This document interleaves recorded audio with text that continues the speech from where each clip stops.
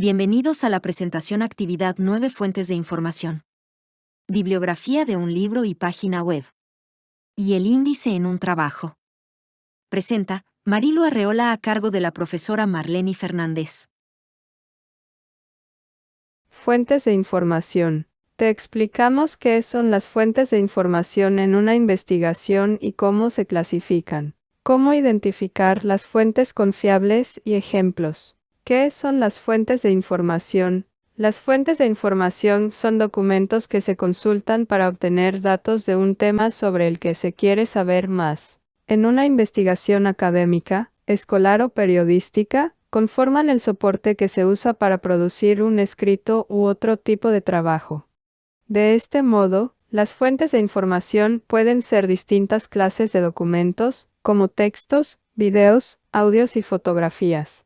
También pueden ser personas, empresas o instituciones que aportan datos mediante comunicados, entrevistas o encuestas. Por esta razón, poder identificar las fuentes confiables y pertinentes es complicado, pero más necesario que nunca, puesto que es el material que se emplea para realizar trabajos académicos, tareas escolares, informes, conferencias, noticias, guías de clase, entre otros. Además, las fuentes de información sirven para analizar negocios y tomar decisiones en empresas y organizaciones.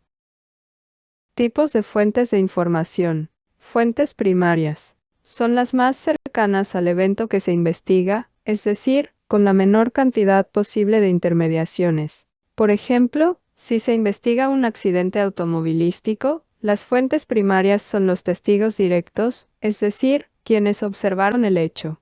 Si se investiga un evento histórico, los testimonios directos son una fuente primaria. Fuentes secundarias. Son las que se basan en las primarias y las sintetizan, analizan, interpretan o evalúan.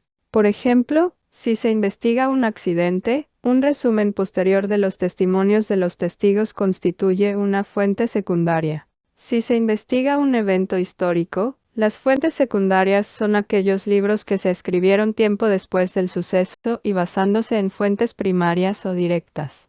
Fuentes terciarias. Son las que recopilan y comentan las fuentes primarias y diagonal o secundarias, y, por lo tanto, son una lectura mixta de testimonios e interpretaciones. Por ejemplo, en el caso de un accidente, una fuente terciaria es el archivo policial completo, en el que figuran fotos, testimonios e informes policiales elaborados a partir de estos últimos. Si el evento es un hecho histórico, la fuente terciaria puede ser un manual escolar que se elabora a partir de fuentes secundarias, es decir, libros especializados en el tema. Ejemplos de fuentes de información.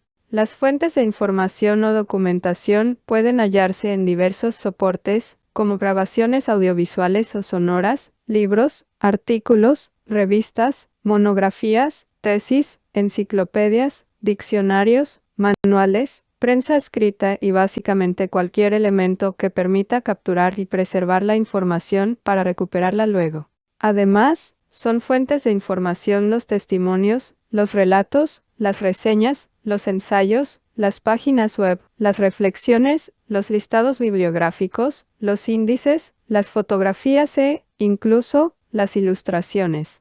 Continuamos.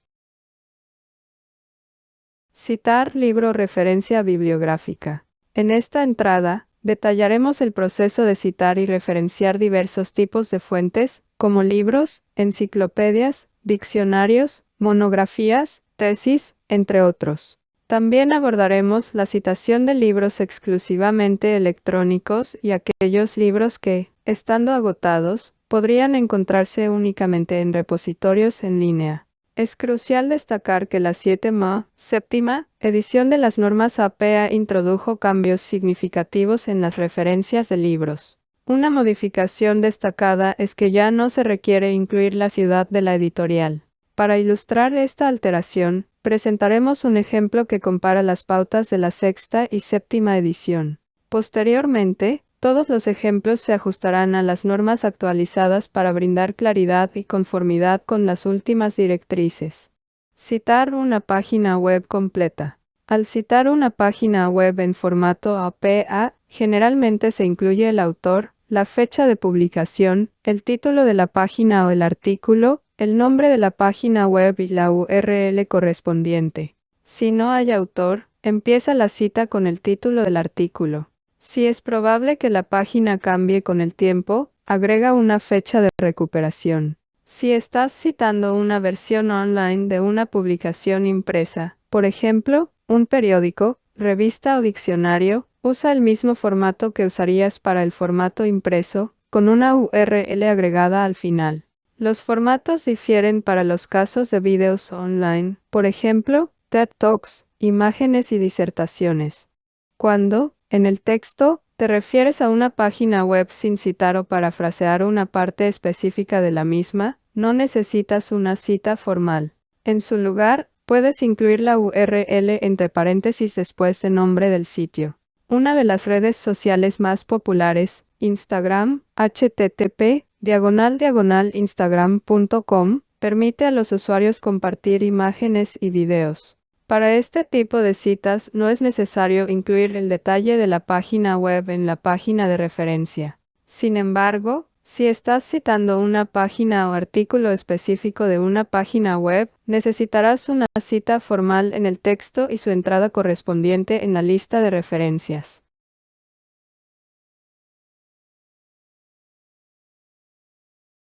Formato general. Libro impreso. Apellido, N. Año. Título del trabajo. Editorial. Libro en línea. Apellido, N y apellido, N. Año. Título del libro. Editorial. DOI-URL. Libro con editor. Apellido, N. Ed. Año. Título del trabajo. Editorial.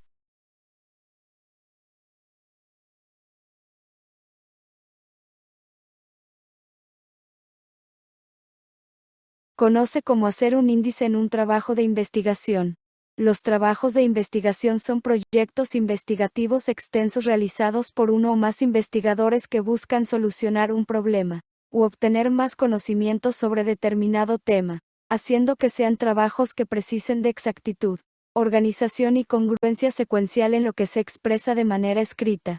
Hoy conocerás cómo hacer un índice en un trabajo de investigación de manera correcta. ¿Qué es un índice de un trabajo? Un índice de un trabajo es una estructura diseñada para señalar la ubicación de una parte del contenido o capítulo. En él, se debe plasmar el nombre del título de la sección, junto con la página donde aparece. De esta manera, el lector puede saber en qué página exacta se encuentra la información requerida por él sin necesidad de buscar hoja tras hoja. ¿Cuáles son las partes del índice de un trabajo? Aunque la estructura de un índice de un trabajo es bastante simple, debe ser precisa para poder proporcionar la información de manera adecuada. De manera principal, consta apenas de dos partes y, ambas, son indispensables.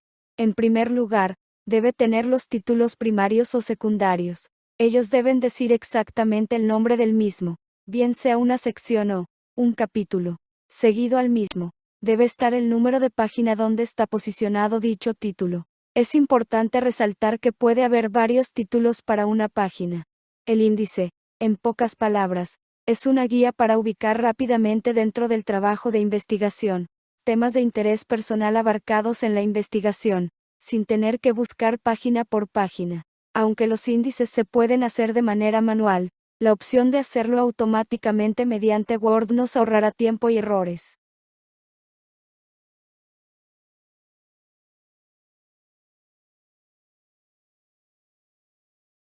Gracias por su atención.